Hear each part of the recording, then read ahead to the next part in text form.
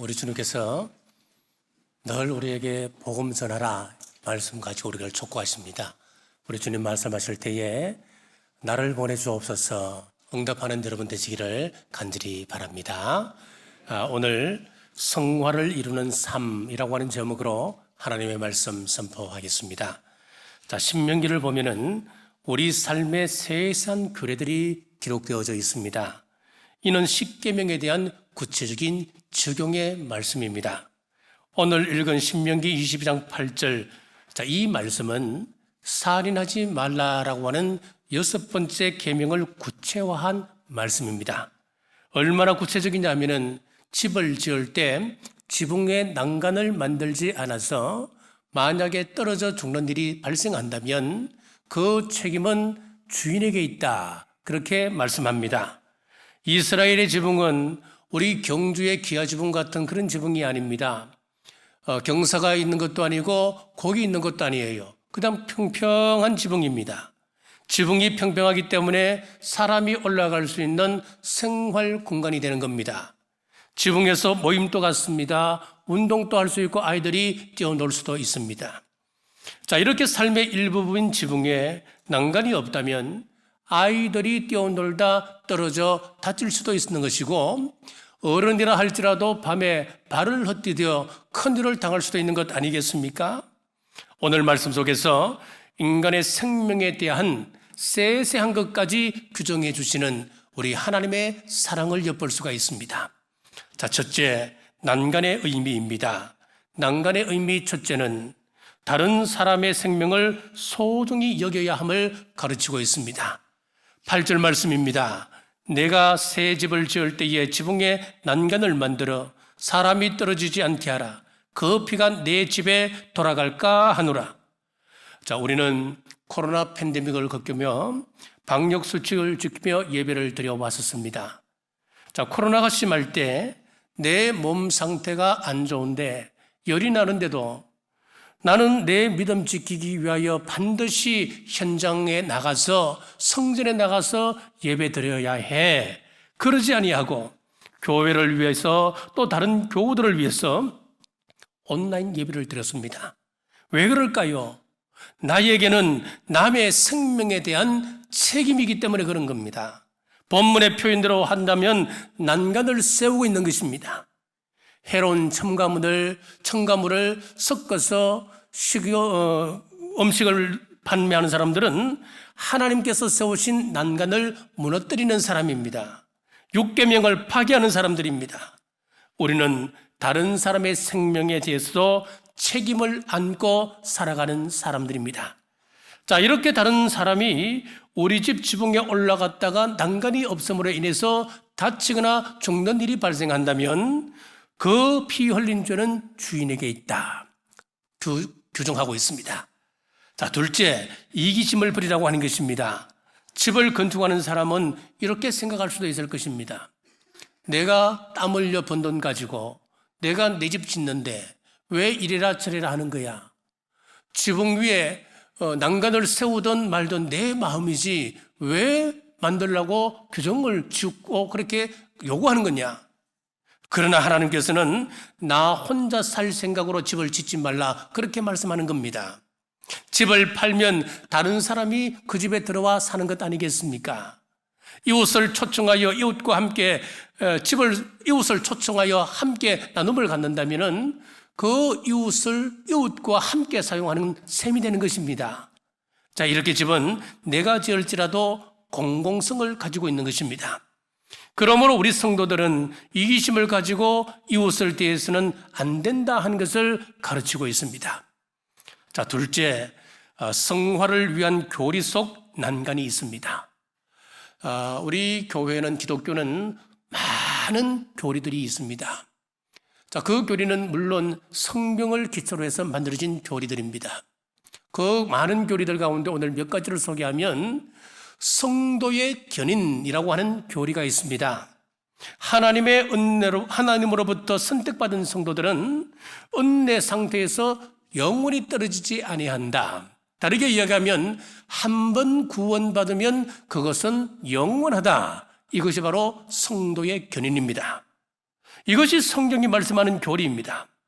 그런데 한 번 받은 구원은 영원하다 그러니까 어떤 사람은 나는 천국 갈 티켓을 이미 확보해 놓았으니까 이제부터는 아무렇게나 살아도 상관없는 일 아니겠는가? 태만하게 살아갑니다. 자, 이런 사람들을 위하여 성경은 난간을 세워주셨습니다.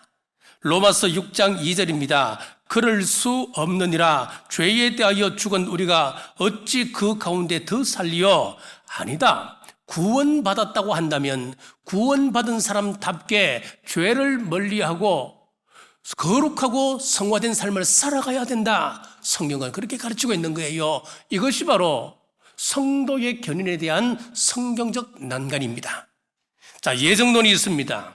예정론은 여러분 잘 아시는 대로 우리의 구원은, 우리의 영혼 구원은 우리가 태어나기 훨씬 이전 태초 때부터 하나님께서 구원받을 영혼은 예정되어 있다라고 하는 것이 예정론입니다. 그 예정하신 영혼에게 성령님께서 역사하셔서 그 마음에 말씀을 받을 수 있는 마음으로 만들어주시고 그 말씀을 받아 구원에 이른다라고 하는 것입니다. 비이성적인 교리 같지만은 이것이 성경입니다. 어떤 사람은 사람의 구원은 예정되어 있다. 그러니까 전도할 필요가 무슨 이유가 있겠느냐? 선교할 필요가 뭐 있냐? 자, 윌리엄 캐리가 1792년도에 영국에서 인도로 이제 선교사로 이제 쭉 파송을 받습니다. 그가 이런 설교를 합니다. 인도의 수많은 영혼들이 우리의 손길을 기다리고 있습니다. 우리는 인도에 가서 선교해야 됩니다. 강력한 설교를 전했습니다. 그 자리에 어떤 나이 드신 목사님이 일어나더니만 젊은이 내려오게. 만약에 인도에 그 구원받을 영혼들이 있다면 하나님께서 이미 예정해 놓으셨으니까 자네가 가서 힘들게 전도하지 않아도 그 사람은 하나님의 방법으로 구원할 것일세. 여러분, 이것이 무슨 논리냐면은 고등칼빈주의라고 하는 비성서적 그런 신학이에요. 잘못된 신학이에요. 예정론에 대한 난간의 말씀이 있습니다. 우리가 구원받는 방법을 고린도전서 1장 21절에 보면 하나님께서 전도에 미련한 것으로 믿는 자들을 구원하시기를 기뻐하셨도다. 세상 사람들이 이야기하는 야, 저 방법 가지고 사람들의 마음이 움직인다고? 저거는 미련한 짓이야. 그렇게 이야기하는 그 방법을 가지고 그 사람들을 구원하신다 말씀하고 있습니다.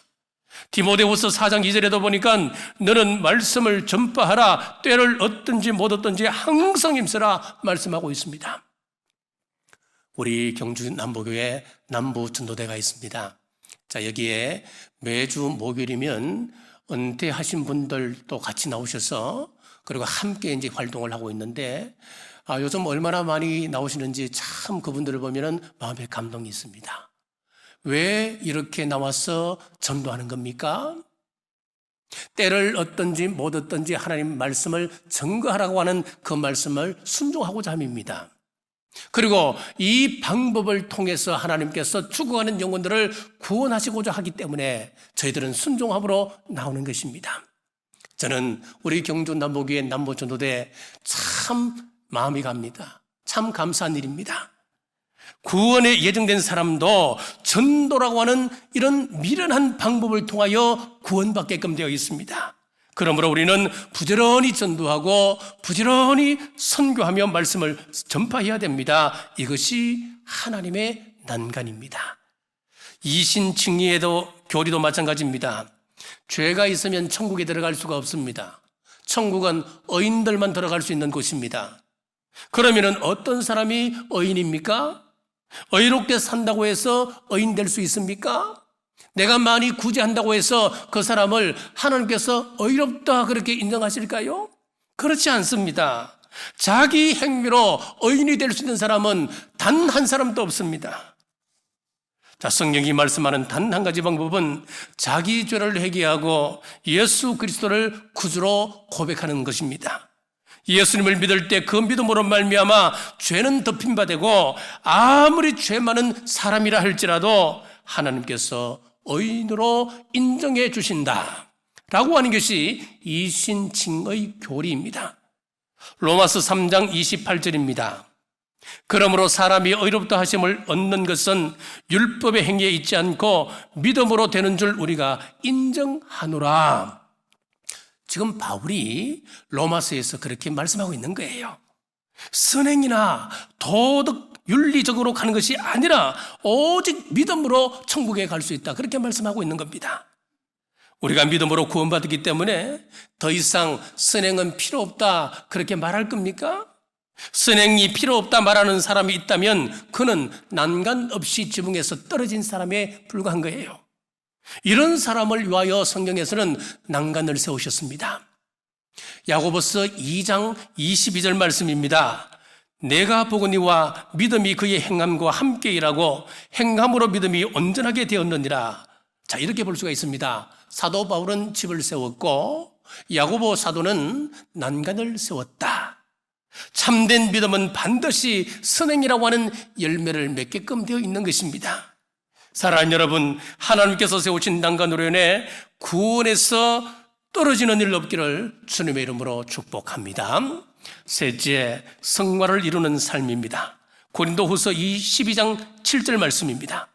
여러 계시를 받은 것이 지극히 크므로 너무 자만하지 않게 하시려고 내 육체의 가시 곧 사탄의 사자를 주셨으니 이는 나를 쳐서 너무 자만하지 않게 하려 하심이라.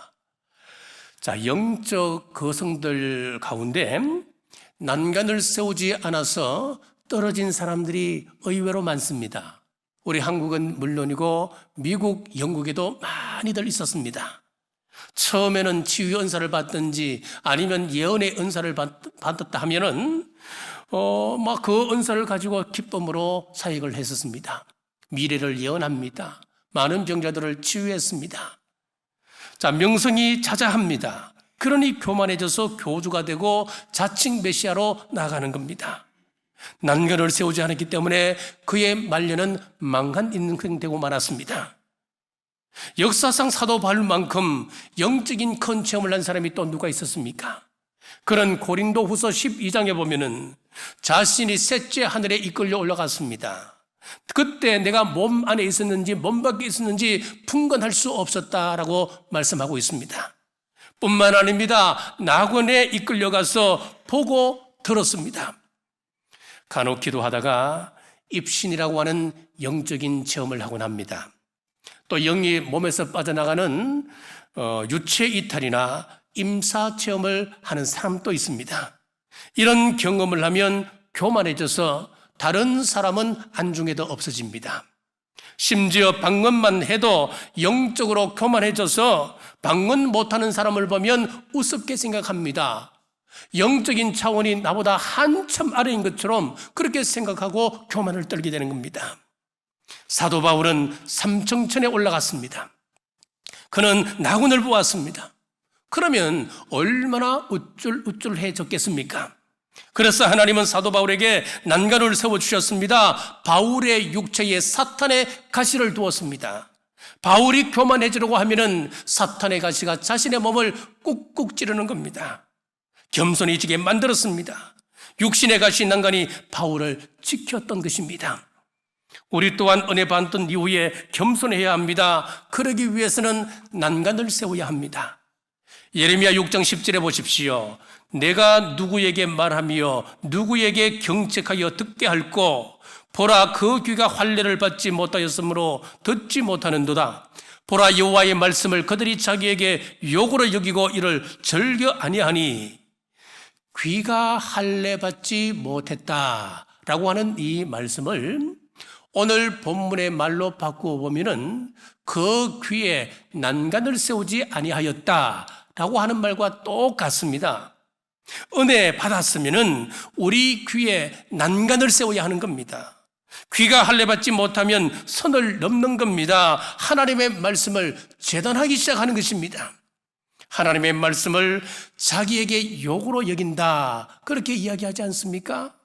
그래서 나를 치는 말이네, 저 말은 내 들으라고 하는 말이네, 아니면은 저 말씀은 누가 들어야 할 말씀인데 잘못 받기 때문에 이런 현상이 나타나게 되는 것입니다. 강단에서 선포되어지는 말씀은 어느 특정인을 위한 말씀이 아니에요. 먼저는 말씀을 선포하는 설교자에게 주시는 말씀이고, 아울러서 모든 대중들을 위하여 주시는 하나님의 메시지입니다. 이런 전화를 받습니다. 제 생각에는 그 사람에게 전혀 상관없는 말씀인 것처럼 느껴지는데, 이런 전화를 하는 거예요. 어떻게 나의 형편을 아시고 나에게 적절한 말씀을 주시는지 참 놀랄 따름입니다. 이야, 하나님께서 어떻게 하시고 이런 위로의 말씀을 주시는지 감사할 따름입니다. 이것이 귀에 난간을 세운 사람의 반응입니다, 여러분. 사랑하는 여러분, 여러분 귀에 난간을 세워서 말씀을 바르게 듣고 바르게 적용하는 우리 모두 되시길 주님의 이름으로 축복합니다. 자, 그리고 마음에도 난간을 세워야 합니다. 신명기 10장 16절입니다. 그러므로 너희는 마음에 할례를 행하고 다시는 목을 곧게 하지 말라. 다시는 마음을 곧게 하지 말라. 자, 다르게 이야기하면 겸손하라. 그렇게 말씀합니다. 예레미야 4장 4절에 유다인과 예루살렘 거민들아 너희는 스스로 할례를 행하여 너희 마음 가죽을 베고 나 여호와께 속하라. 마음에 난간을 세우고 교만의 가죽, 혈기의 가죽, 엄란의 가죽을 베어라. 그렇게 말씀합니다. 마음의 난간을 세우면 하나님의 말씀을 읽고 들을 때 마음속에 자리 잡고 있는 잘못된 생각, 잘못된 가치관으로부터 자신을 지키는 것입니다. 우리 마음의 난간을 세우셔서 마음으로 죄를 멀리하는 우리 남부의 모든 성도들 되시길 주님의 이름으로 축복합니다. 자, 사랑하는 여러분, 우리 믿는 성도들이 귀와 마음의 난간을 세우는 것으로 끝나는 것 하나님은 원하지 않으십니다. 여기서 한 걸음 더 나아가셔야 합니다. 하나님을 단지 믿는다고 하는 고백만으로 끝나지 않는다 이야기예요. 하나님의 말씀이 임할 때에 새로운 결단이 우리에게서 일어나야 합니다.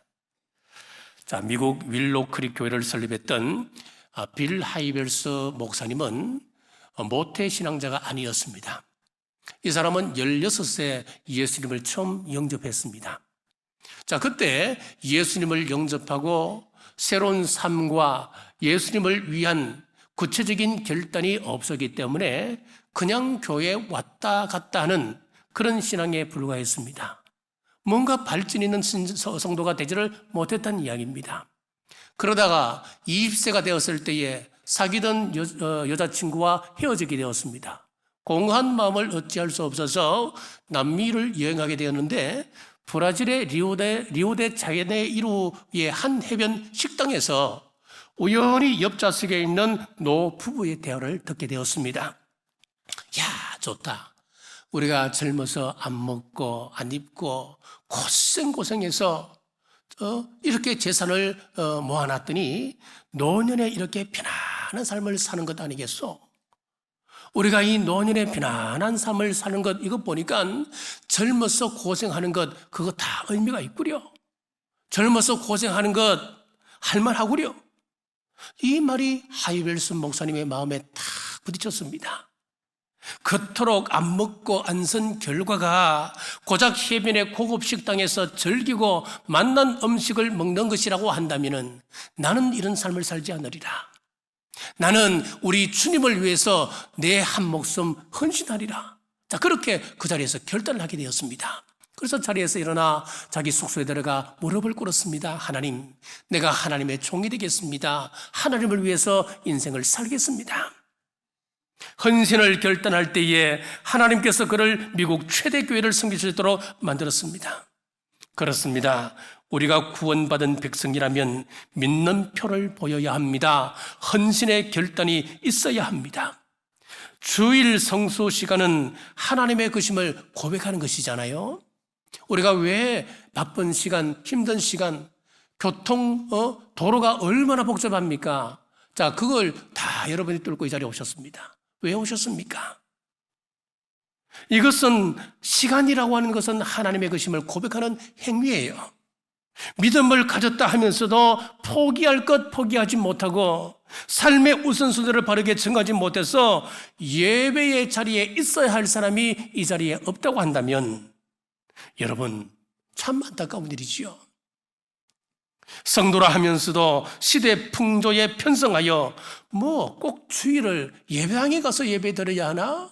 우리 하나님은 우주 만물 삼단만상 어디에든 계시는데 어디에서 드리든 그건 상관없는 이야기야. 11조를 이야기합니다. 꼭 11조를 드려야 하나? 아니다. 11조는 구약의 산물이다. 예수님께서 오심으로 구약의 모든 것을 다 패버리지 않느냐? 그렇게 이야기하는 신학자들이 많습니다, 여러분. 그러면은 내가 편한 대로 따라가는 거예요, 그냥. 그러나 성경은 변함없이 우리에게 순종하라고 말씀합니다. 그 이유는 우리 하나님께서 왕이시고 우리는 그분의 백성이기 때문에 그렇습니다. 그리고 물질의 복을 주셨을 때도 난간을 세우지 않으면 떨어질 수가 있습니다. 신명기 18장에 보십시오. 내 하나님 여호와를 기억하라. 그가 내게 재물 얻을 능력을 주셨습니다. 평생 땅 가지고 농사만 부지런히 지었던 성실한 농부가 있었습니다. 그런데 그 땅에 대기업 공장이 들어왔습니다. 땅값이 치솟았습니다. 부자가 되었습니다. 그러자 조강지처가 못생겨 보이기 시작했습니다. 동네 다방 아가씨들에게 선심서고 그 아가씨들에게 대우받고 즐기다가 그만 꽃뱀을 만나서 폐가 망신했다. 이것이 드라마의 흔한 소재 아니겠습니까? 난간이 없어서 생기는 일입니다. 한국이 가난한 시절에는 마약을 하는 사람들이 극소수였다 그러지요. 그런데 먹고 살만 하니까 마약이 만연해 있습니다. 연령이 점점 낮아져서 청소년들도 SNS 포털 사이트를 통해서 마약류 판매 광고를 쉽게 접하고 주문하면 참 충격적입니다. 주문을 하면은 전국 어디에서든 30분 만에 마약을 배달받을 수 있다고 합니다. 너무 놀랍지 않습니까? 사람이 가난할 때는 죄 지으려고 해도 돈이 없어서 죄를 짓지 못했습니다. 그런데 가난하던 사람에게 갑자기 돈이 생겼을 때에 난간을 세우지 아니하면은 이런 위험은 우리 모두에게 있는 것입니다. 따라서 하나님께서는 물질적으로 부유할 때 난간을 세워라 말씀합니다. 내 하나님 여호와를 기억하라. 그가 내게 재물 얻을 능력을 주셨습니다. 돈 아무나 버는 것 아닙니다. 부자가 되었다고 하는 것은 보통 능력이 아닙니다. 보통 은혜가 아닌 것입니다. 그러므로 부자가 되면 이 능력은 하나님께서 주셨다고 하는 사실을 잃어버리지 않도록 기억하라 라고 말씀합니다. 디모데전서 6장 17절에서 18절입니다.